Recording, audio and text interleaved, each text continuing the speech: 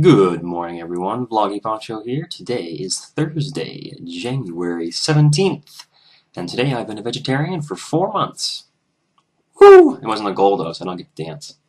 So, today's meals. I'm weighing in at 182 pounds today, and today's meals are spicy brekkie, veggie stir-fry, and pasta with dessert. Good stuff. A couple of the dinners have plus dessert on them, so I can actually have some happiness every now and then. By happiness, I mean cookies. What else?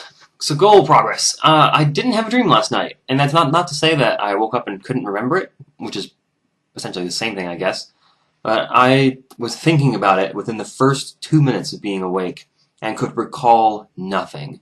So I must not have been having a dream when I woke up. I may have had ones earlier in the night, but they were gone already. So I did snooze my alarm, so that might have killed them. I don't know. We'll see if tomorrow I won't snooze, and we'll see if I can remember the dream. All right, what next? What next? Well, since I didn't have a dream last night, I want to tell you guys. Oh, here, someone's gonna probably want to see my shirt. You've died of dysentery. So since I didn't have a dream last night, I figured you guys might want to hear the story of a dream that a friend of mine had years ago. Some of you might remember Erik.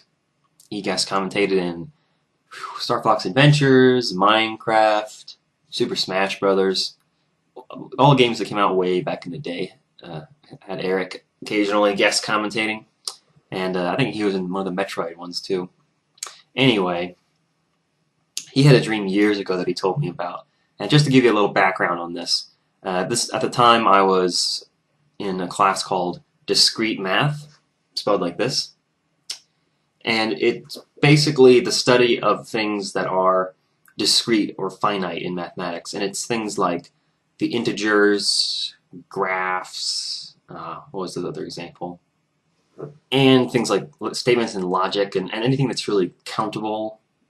It's basically the opposite of being continuous. So instead of having a spectrum, it's just a scale where there's finite places where you can stop. And it's very good for computer science. It's that kind of math.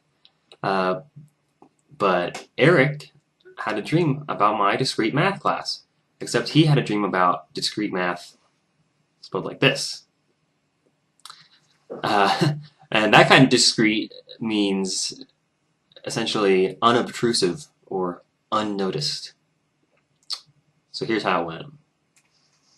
So for some reason Erik is in my discrete math class, and he shows up, takes his seat in his desk, and it's time for a test. Today's a test day. And so the professor's walking around the classroom, handing out the tests, and notices I'm not there, and the professor says, Where is Mr. Poncho? Strange of him to miss a test like this. But it's time to start the test, and so the professor hands them all out, and then the students begin working. And of course, they're all trying to be as discreet as possible. So Erik's not very good at it, so he's just kind of got his arm in front of his work as he goes, looking around, seeing who's looking at him.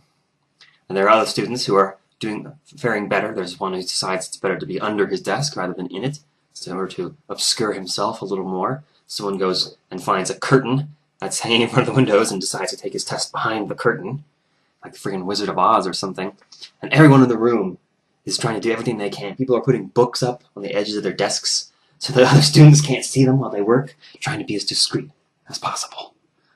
Everyone's looking around, half focused on the test, half focused on keeping invisible from each other, unnoticed by the other students as they try and score well on the test. And so eventually, Erik's looking around thinking, where's Poncho?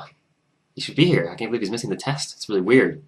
But the time elapses, and it's time to turn the tests in. The professor calls it out. All right, everyone, that's time. Come turn in your tests. And as he's collecting them, he makes comments on the students' grades. Oh, thank you, Erik. You need to study harder. Another C for you. Oh, Mr. Jackson. Well done again, a B+. Keep working at it. That's everyone. And when he's done analyzing everyone and people are just getting ready to leave, he makes the remark again. Oh, strange of Mr. Poncho not to even show up. And at that moment, I emerge from under the professor's desk and hand in my test.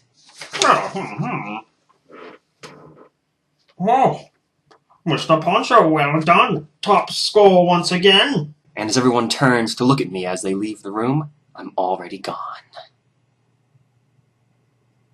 Thanks for watching. See you tomorrow morning.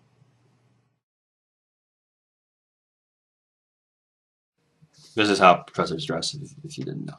And they talk like that too.